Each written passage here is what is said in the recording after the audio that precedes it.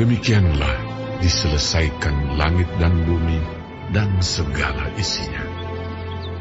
Ketika Allah pada hari ketujuh telah menyelesaikan pekerjaan yang dibuatnya itu, berhentilah ia pada hari ketujuh dari segala pekerjaan yang telah dibuatnya itu.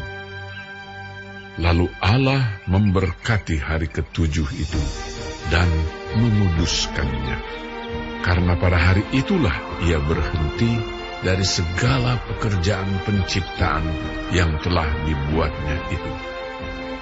Demikianlah riwayat langit dan bumi pada waktu diciptakan. Ketika Tuhan Allah menjadikan bumi dan langit, belum ada semak apapun di bumi, belum timbul tumbuh-tumbuhan apapun di padang, sebab Tuhan Allah belum menurunkan hujan ke bumi, dan belum ada orang untuk mengusahakan tanah itu. Tetapi ada kabut naik ke atas dari bumi dan membasahi seluruh permukaan bumi itu. Ketika itulah Tuhan Allah membentuk manusia itu dari debu tanah dan menghembuskan nafas hidup ke dalam hidungnya. Demikianlah manusia itu menjadi makhluk yang hidup. Selanjutnya Tuhan Allah membuat taman di Eden di sebelah timur. Disitulah ditempatkannya manusia yang dibentuknya itu. Lalu Tuhan Allah menumbuhkan berbagai-bagai pohon dari bumi, yang menarik dan yang baik untuk dimakan buahnya. Dan pohon kehidupan di tengah-tengah taman itu, serta pohon pengetahuan tentang yang baik dan yang jahat. Ada suatu sungai mengalir dari Eden untuk membasahi taman itu.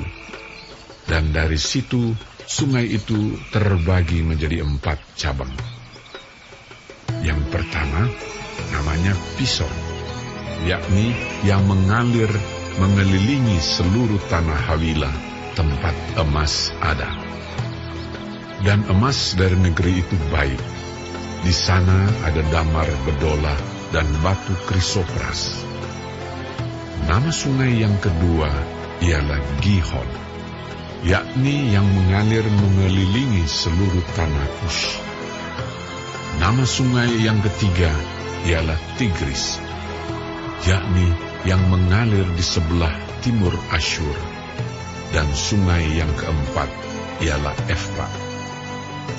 Tuhan Allah mengambil manusia itu dan menempatkannya dalam Taman Eden untuk mengusahakan dan memelihara taman itu.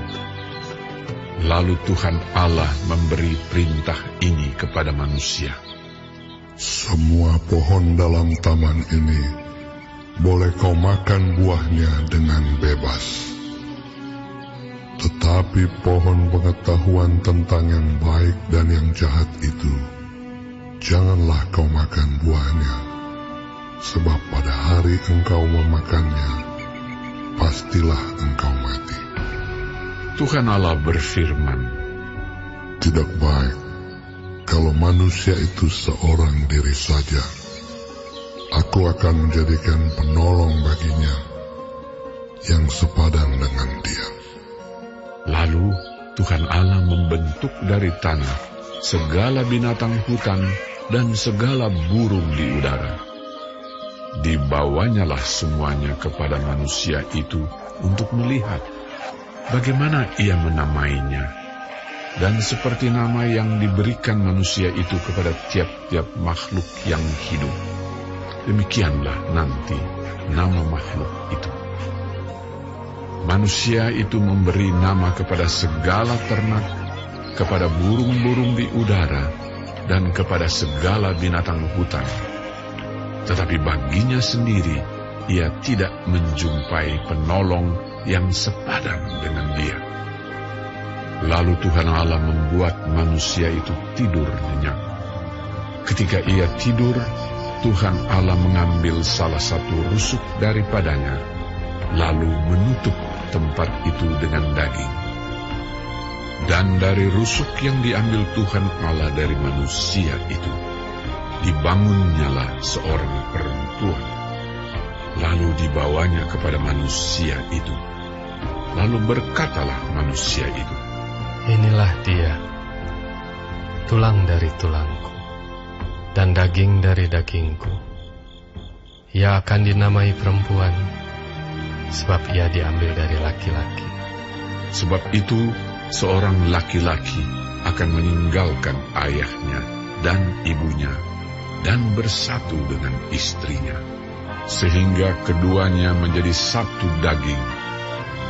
Mereka keduanya telanjang, manusia dan istrinya itu, tetapi mereka tidak merasa malu.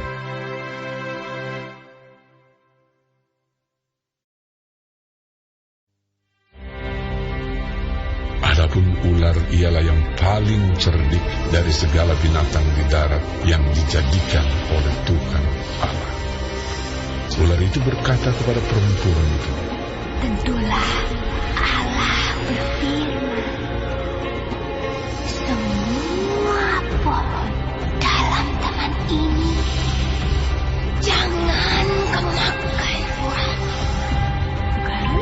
bukan? Lalu sahut perempuan itu kepada ular itu, buah pohon-pohonan dalam taman ini boleh kami makan.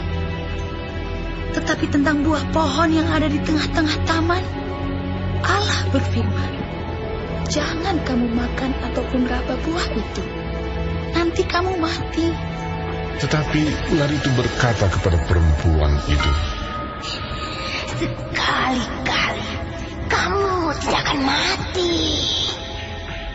Tetapi Allah mengetahui bahwa pada waktu kamu memakannya, matamu akan terbuka dan kamu akan menjadi seperti Allah. Tahu mana yang baik dan yang jahat. perempuan itu melihat bahwa buah pohon itu baik untuk dimakan dan sedap kelihatannya. Lagi pula, pohon itu menarik hati karena memberi pengertian. Lalu ia mengambil dari buahnya dan dimakannya dan diberikannya juga kepada suaminya yang bersama-sama dengan dia. Dan suaminya pun memakannya. Maka terbukalah mata mereka berdua, dan mereka tahu bahwa mereka telanjang. Lalu mereka menyemat daun pohon ara dan membuat cawat. Ketika mereka mendengar bunyi langkah Tuhan Allah yang berjalan-jalan dalam taman itu pada waktu hari sejuk, bersembunyilah manusia dan istrinya itu terhadap Tuhan Allah di antara pohon-pohonan dalam taman.